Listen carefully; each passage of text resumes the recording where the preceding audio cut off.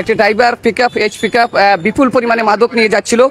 সাথে সাথে এই সিগন্যাল পাওয়ার সাথে সাথেই কিন্তু সেই মাদক থাকা সত্ত্বে এই মুহূর্তে গাড়িটি রাস্তায় রেখে ড্রাইভার পালিয়ে যায়, এমনটাই দেখা যাচ্ছে। আমরা ইতিমধ্যে দেখতে পাচ্ছি প্রচুর পরিমাণের মাদক রয়েছে।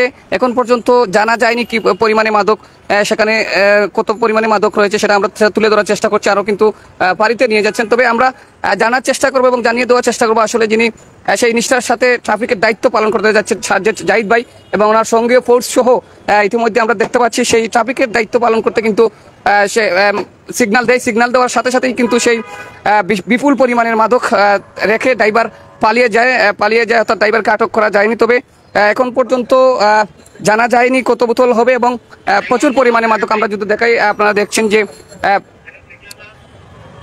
একটি এইচ পিকআপ, সেই এইচ পিকআপ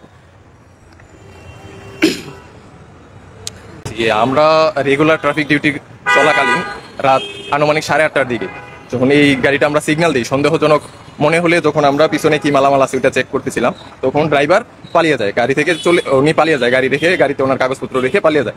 তারপর যখন আমরা এই কাভারটা সরানোর পর দেখি যে মাদক দ্রব্য আছে, তখন আমরা তাৎক্ষণিক আমার ঊর্ধ্বতন কর্মকর্তাদের জানাই এবং জানানোর পর আমরা এই গাড়িটা আটক করে থানার ফাঁড়ির ভিতরে নিয়ে আসছি এবং দেখতে পাই যে এখানে বিপুল পরিমাণ ইন্ডিয়ান মদের বোতল পাওয়া গেছে, যা আনুমানিক প্রায় 200-র মতো। এখনো এক্সাক্ট সংখ্যাটা জানা যায়নি, তবে আনুমানিক 200-র মতো আছে আর কি। এখন আমার না কাউকে আটক করা যায়নি।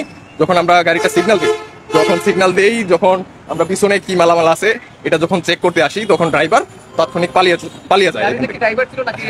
একজন ড্রাইভার ছিল, এর সাথে সাথে পালিয়ে যায়। তবে গাড়িতে ওনার যে কাগজপত্র, গাড়ির কাগজপত্র এবং ড্রাইভারের ড্রাইভিং লাইসেন্স আমরা পেয়েছি। তো আচ্ছা, এটা চেক করে আমরা জানাচ্ছি। আর আশা করি ওই কাগজগুলোর সূত্রে ওনাকে অতি শীঘ্রই আমরা ওনাকে আমরা খুঁজে পাবো। আশা ধন্যবাদ। কাউকে আটকও করা যায়নি, তো সেই গাড়িটা রেখে কিন্তু রাস্তায় পালিয়ে যায়। আপনারা দেখছেন ইতিমধ্যে বিপুল হিউজ পরিমাণের ভারতীয় মদ যেটা অবৈধভাবে আসছে। অর্থাৎ আপনারা জানেন যে সেই থামাবিলটা উঠে অহরহ এই চোরাচালান করার পরও কিন্তু সেই বিভিন্ন কৌশলে চোরাচালান কারবারি যারা রয়েছেন তারা কিন্তু বিভিন্ন কৌশলে তাদের সেই বিভিন্ন প্রোডাক্টের ভিতরে করে এই মাদকগুলা নিয়ে আসতেছেন ইতিমধ্যে।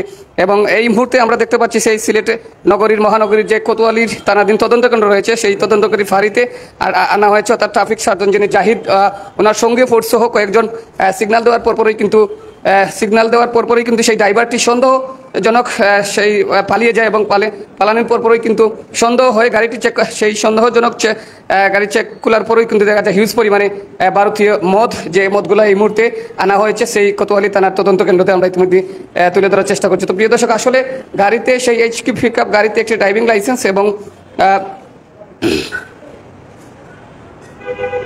গাড়ির নাম্বারটা যদি আমরা দেখি সিলেট মেট্রো 55 অর্থাৎ 11-21-63। আবার যদি গাড়ি নাম্বারটি দেখিয়ে দিই আমরা, সিলেট মেট্রো 55 11-21-63 গাড়ির নাম্বারটি। সেই গাড়িতে বিপুল হিউজ পরিমাণে মাদক নিয়ে আসছিলেন একজন মাদক কারবারি এবং চোরাচালান কারবারি যারা রয়েছে। সেই ট্রাফিক সার্জন জাহিদ ভাই কিন্তু সিগন্যাল দেওয়ার পরপরই সন্দেহজনক সেই ড্রাইভার, যে মাদক গ্রহণকারী ড্রাইভার, এইচ পিকআপের ড্রাইভার, সেই ড্রাইভারটি তাৎক্ষণিক অবস্থায় পালিয়ে যায়।